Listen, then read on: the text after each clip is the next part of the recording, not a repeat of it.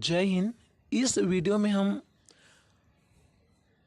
भौतिक विज्ञान से संबंधित महत्वपूर्ण बहुविकल्पी प्रश्नों को देखने वाले हैं जो आपके कंपटीशन एग्जाम जैसे छात्रावास अधीक्षक, लैब असिस्टेंट, टीचर भर्ती, सहायक शिक्षक, लेक्चरर, टेट, व्यापम आदि परीक्षाओं में बहुत ही ज़्यादा उपयोगी सिद्ध होगा। तो अंत तक इस वीडियो में बने रहिए और अपना स्कोर अवश्य चेक करके देखिएगा। तो प्रश्न पर बात करते हैं। देखिए यहाँ पे कहा जा रहा है किलोवाट घंटा एक यूनिट होता है। ध्यान से यहाँ पे समझिएगा, वाट किसका यूनिट होता है? तो शक्ति का। लेकिन किलोवाट प्रति घंटा कहा जाए उस स्थिति में किसका यूनिट होगा? ऊर्जा का। ठीक है, चलिए अगले प्रश्न पर बात करते हैं। तो इसका आंसर आएगा ऑप्शन है ऊर्जा। अब नेक्स्ट क्वेश्चन पर बात कर लेते हैं हम। ओके, ध्यान से देखिए यहाँ पर मानव शरीर का साधारण ताप कितना होता है? किस में दिया गया? सेल्सियस में। तो चलिए चार ऑप्शन को देखिए। सबसे पहला क्या कहा जा रहा है? 40.5 सेल्सियस। सेकेंड देखते हैं, यहाँ पे दिया हुआ है 36.9 सेल्सियस। तीसरा 98.4 सेल्सियस या चौथा 82.4 फ़ारेनहाइट में। तो यह क्वेश्चन भी बहुत इंपॉर्टेंट है क्योंकि 2019 लैब असिस्टेंट में खून का पीएच मान पूछा था।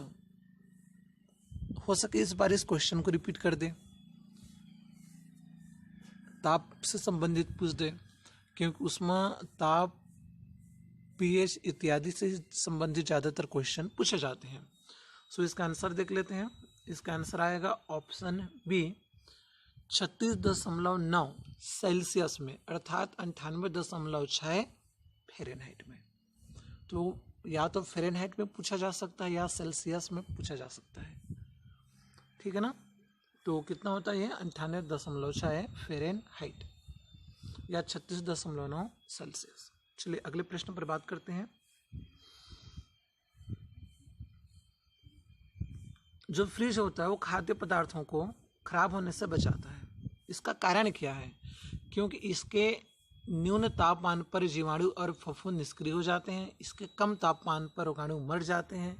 इसके कम तापमान पर रोगाणु जम जाते हैं, या यह खाद्य पदार्थों को रोगाणु रहित कर देता है। सो इसका आंसर है ऑप्शन ए, इसके कम ताप पर जीवाणु और फफूंद निष्क्रिय हो जाते हैं। ठीक है ना? चलिए नेक्स्ट क्वेश्चन पर बात करें हम। सबसे इम्पोर्टेंट क्वेश्चन को देखते जाते हैं। देखिए आजकल रोड में लाइट के लिए हम लोग पीले लैंप का उपयोग करते हैं। तो वह पीला लैंप किससे बना होता है? इस क्वेश्चन को पिछले बार भी मैं बता चुका था।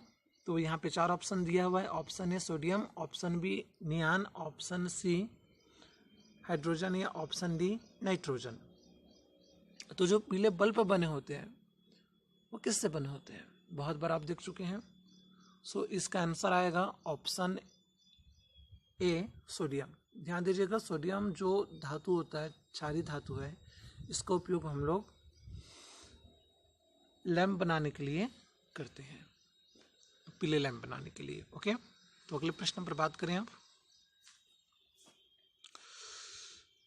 देखिए प्रकाशिकीय तंतु मतलब ऑप्टिकल फाइबर का उपयोग निम्न में से किसके लिए किया जाता है? बुनाई, वाद्य यंत्र, आँख की शल्य चिकित्सा या संचार सेवा।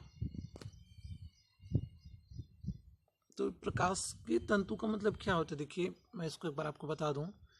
इस प्रकार से पाइप जैसे इसमें होता है और प्रकाश का लगातार इसमें परावर्तन होता है। लगातार परावर्तन के फलस्वरूप यह जो इस प्रकार से ऑप्टिकल फाइबर या प्रकाशिकीय तंतु पाया जाता है, तो इसमें पुनः आंतरिक परावर्तन का प्रयोग किया जाता है। ओके, अब इसका आंसर देख लें। सो इसका आंसर आएगा ऑप्शन डी संचार सेवा के लिए, जैसे वाईफाई या जहाँ पर नेटवर्क वगैरह टावर लगा होता है वहाँ पर इसका उपयोग किया जाता है। नेक्स्ट क्वेश्चन पर बात करें। फाइबर ऑप्टिकल्स किस सिद्धांत पर काम करता है? तो चूंकि मैं अभी आपको बताया ही हूँ किस सिद्धांत पर कार्य करता है। देखिए ध्यान से, चार ऑप्शन यहाँ पे दिए हुए हैं, तो आपको यहाँ पर भी पता चल गया होगा। जैसे कि मैंने आपको बताया था, पूर्ण आंतरिक परावर्तन पर। नेक्स्ट क्वेश्चन पर बात करते हैं हम। आकाश में नीला रंग किसके कारण से हमें दिखाई देता है। या इसको ऐसा भी पूछा जा सकता है, आकाश का नीला रंग किसके वजह से हमें दिखाई देता है। ऑप्शन ए व्यतिकरण, ऑप्शन बी परावर्तन, ऑप्शन सी अपवर्तन या ऑप्शन डी प्रकीर्णन। तो मैं आपको चारों चीज़ों को एक बार समझा देता हूँ बेसिक रूप से। चलिए देखिए, सबसे पहले व्यतिकरण। व्यतिकरण का तात्पर्य क्या होता है? जब समान आयाम या आवृत्ति वाली प्रकाश तरंगे किसी बिंदु पर एक साथ अध्यारोपित होती है तो अध्यारोपण के फलस्वरूप उसकी तीव्रता में जो कमी या अधिकता होती है उसे हम लोग व्यतिकरण कहते हैं। ठीक है। परावर्तन मतलब कि जब प्रकाश किरणें किसी एक माध्यम में किसी चिकने सतह से टकराती है तो टकराने के पश्चात वह उसी माध्यम में पुनः वापस लौट जाती है, जिससे प्रकाश का हम परावर्तन कहते हैं। प्रकाश का अपवर्तन क्या होता है? जब प्रकाश किरणें किसी एक माध्यम से दूसरे माध्यम में जाती है, जैसे कोई कांच वगैरह, तो अपने मार्ग से विचलित हो जाती है। जैसे अभी तो इसको ऐसा चलना चाहिए था, परंतु प्रकाश किरणें अपने मार्ग से विचलित हो जाती है। ठीक है, जिसे हम लोग प्रकाश का अपवर्तन कहते हैं। नेक्स्ट आपको बता दूं प्रकीर्णन। प्रकीर्णन का मतलब होता है प्रकाश का फैलना। जब प्रकाश किरणें किसी ऑब्जेक्ट से टकराती है, किसी वस्तु से टकराती है, तो उनमें क्या होता है? इस प्रकार से बिखराव पाया जाता है।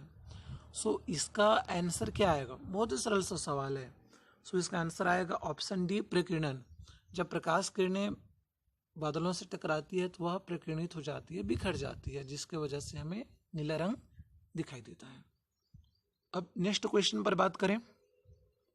जो तालाब वगैरह का तल होता है हमें वास्तविक गहराई से कम नजर आता है, इसका कारण क्या है? चलिए, चार ऑप्शन यहाँ पे दिया हुआ है। ऑप्शन ए अपवर्तन, ऑप्शन बी प्रकीर्णन, ऑप्शन सी परावर्तन या ऑप्शन डी व्यतिकरण। तो जैसे मैंने आपको यहाँ पर बताया था चारों चीज़ों को, अपवर्तन का मतलब क्या है कि जब प्रकाश किरणें एक माध्यम से दूसरे माध्यम में जाती है, ठीक है ना, उस स्थिति में अपने मार्ग से हट जाती है, विचलित हो जाती है। प्रकीर्णन का मतलब प्रकाश किरणों का बिखरना। परावर्तन मतलब जब प्रकाश किरणें एक माध्यम से दूसरे माध्यम में जाती है, जब प्रकाश किरणें किसी चिकनी सतह से टकराती है तो पुनः उसी मार्ग में वह वापस लौट जाती है। ठीक है, तो इसे परावर्तन कहते हैं। और व्यतिकरण मतलब कि जब समान आयाम या आवृत्ति वाली प्रकाश किरणें किसी बिंदु से टकराती है तो उनकी तीव्रता में परिवर्तन होता है। सो इसका आंसर क्या आएगा? ऑप्शन ए अपवर्तन। अब ध्यान से देखिए, जब प्रकाश किरणें एक माध्यम से दूसरे माध्यम में जा रही है, ठीक है ना, तो अपने मार्ग से क्या होती है? विचलित हो जाती है। ठीक है, तो जब लाइट तालाब के तल से हमें दिखाई देती है उस स्थिति में क्या होता है? मार्ग बदल जाती है, जिसके वजह से हमें जो तालाब का तल है वो कम गहरा दिखाई देता है, वास्तविक में कुछ ज़्यादा गहरा होता है। सो इसका आंसर आएगा प्रकाश का अपवर्तन। नेक्स्ट क्वेश्चन देखते हैं। मरीचिका किसका उदाहरण है? मरीचिका का तात्पर्य होता है दृष्टिभ्रम। आपने देखा होगा गर्मी के समय में यदि हम रेगिस्तान वाले इलाके में देखें तो हमें कहीं कहीं पर रोड में इस प्रकार से पानी तैरता हुआ दिखाई देता है। ठीक है, इसे हम लोग बोलते हैं मरीचिका। तो इसका आंसर आता है प्रकाश का पूर्ण आंतरिक परावर्तन, ऑप्शन बी। ठीक है, पूर्ण आंतरिक परावर्तन क्या होता है? प्रकाश किरणें अपवर्तित न होकर पूर्ण रूप से परावर्तित हो जाती है, उस स्थिति को हम लोग प्रकाश का पूर्ण आंतरिक परावर्तन कहते हैं। सो इसका आंसर आएगा ऑप्शन बी, पूर्ण आंतरिक परावर्तन। नेक्स्ट क्वेश्चन पर बात करते हैं। कारों के हैंडलैम्प में जो दर्पण प्रयुक्त किया जाता है वो किससे बना होता है? ऑप्शन ए परवलयी वलय, ऑप्शन बी समतल, ऑप्शन सी गोलीय या ऑप्शन डी बेलनाकार अवतल। तो अवतल और उत्तल दर्पण के बारे में एक बार आप समझ लीजिए। अवतल क्या होता है और उत्तल क्या होता है? अवतल मतलब वह दर्पण जिसका बीच वाला भाग अंदर की तरफ धंसा रहता है, उसे अवतल कहते हैं। और वह दर्पण जिसका बीच वाला भाग बाहर की तरफ उभरा रहता है उसे हम लोग उत्तल कहते हैं। ठीक है, उत्तल दर्पण हो गया, अवतल दर्पण हो गया। अब मैं इसका आपको आंसर बता दूं। सो इसका आंसर आएगा ऑप्शन ए परवलयी वलय, अवतल दर्पण। तो देखिए, उत्तल और अवतल में होता क्या है? यदि हम लोग अवतल दर्पण के बारे में बात करें, ठीक है ना, तो अवतल दर्पण में यदि हम लोग पास से वस्तु को देखें तो उसका आकार बहुत अधिक दिखाई देता है, ठीक है, लेकिन दूर ले जाने पर वो उल्टे दिखाई देने लगता है। चलिए तो नेक्स्ट क्वेश्चन पर बात करते हैं। नेक्स्ट क्वेश्चन यहाँ पर देखिए, साबुन के बुलबुले पर प्रकाश डालने पर वह रंगीन दिखाई देता है, इसका कारण क्या है? तो ऑप्शन ए विवर्तन। विवर्तन का तात्पर्य क्या होता है? प्रकाश किरणों का घुमाव या प्रकाश किरणों का घूम जाना। जैसा आपने देखा होगा ध्वनि जो है दीवार वगैरह से टकराकर पुनः वापस टर्न हो जाती है, तो लगभग उसी प्रकार से प्रकाश में भी कुछ टर्निंग पाया जाता है, घुमाव पाया जाता है, जिसे विवर्तन कहते हैं। ऑप्शन बी ध्रुवण, ऑप्शन सी व्यतिकरण, ऑप्शन डी परावर्तन। तो परावर्तन तो मैंने आपको भी बता ही दिया था। परावर्तन का तात्पर्य क्या होता है कि जब प्रकाश किरणें किसी एक ही माध्यम में चलती है, किसी सतह से टकराती है, तो वह उसी मार्ग में लौट जाती है, जिसे परावर्तन कहते हैं, ठीक है ना। अब यहाँ पर बात करते हैं ध्रुवण। तो ध्रुवण भी प्रकाश से ही संबंधित होता है, ठीक है। सो इसका आंसर आएगा प्रकाश का व्यतिकरण। ओके, प्रकाश का व्यतिकरण क्या होता है? जब समान आयाम आवृत्ति वाली प्रकाश किरणें, आयाम आवृत्ति का मतलब कि प्रकाश किरणें, बहुत सारी प्रकाश किरणें एक साथ चल रही है, तो जब किसी बिंदु पर टकराती है तो उनकी तीव्रता में परिवर्तन हो जाता है, जिसके कारण, ठीक है, उस घटना को हम लोग विवर्तन कहते हैं, व्यतिकरण कहते हैं। सो इसका आंसर आएगा ऑप्शन सी व्यतिकरण, ठीक है ना। हीरे की चमक का कारण क्या है? तो हीरा क्यों चमकता है? याद रखिएगा, संपूर्ण आंतरिक परावर्तन के कारण। सो इसका आंसर आएगा ऑप्शन है संपूर्ण आंतरिक परावर्तन। चलिए एक और इम्पोर्टेंट क्वेश्चन, प्रकाश को सूर्य से पृथ्वी तक पहुंचने में कितना समय लगता है? 4 ऑप्शन यहाँ पे दिए हुए हैं, 5.5 मिनट, 6.8 मिनट, 8.3 मिनट या 9.5 मिनट। अच्छे से सोचिए कितना मिनट लग सकता है, ध्यान दीजिएगा मिनट में पूछा गया है। सो इसका आंसर आएगा ऑप्शन सी 8.3 मिनट। तो इस वीडियो में लगभग हमने 15 से 20 क्वेश्चन अटेम्प्ट किया। वीडियो चूँकि बहुत लंबा चला जा रहा है, 10-12 मिनट का।